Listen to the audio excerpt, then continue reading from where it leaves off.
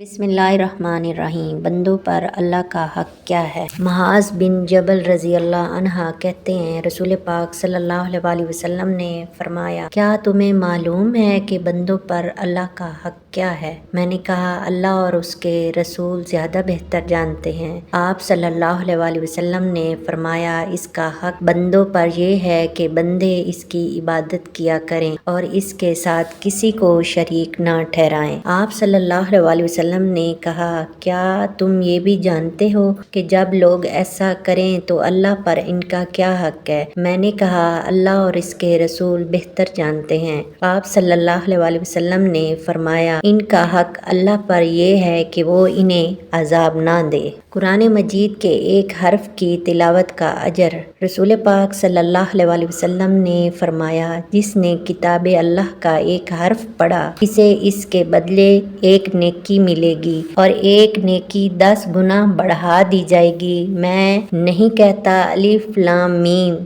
एक हर्फ है, बल्कि अलिफ एक हर्फ है, लाम एक हर्फ है और मीम एक हर्फ है। इसके मुताबिक ही उसको इस नेकी का अजर मिलेगा। हजरत उन्स बिन मालिक रजी अल्लाह अन्हा बयान करते हैं कि एक बूढ़ा आया, वो आप नबी करीम सल्लल्लाहु अलैहि वसल्लम से मिलना चाहता था। लोगों ने इसे रास्ता देने में देर की तो आप सल्लल्लाहु अलैहि वसल्लम ने फरमाया, वो शख्स हम में से नहीं जो हमारे छोटों पर मेहरबानी न करे और हमारे बड़ों की इज्जत न करे। दुआओं में याद रखिएगा। अल्लाह हाफिज। अगर आपने अभी तक मेरा चैनल सब्सक्राइब नहीं किया तो प्लीज़ मेरे चैनल को सब्सक्राइब कर दें।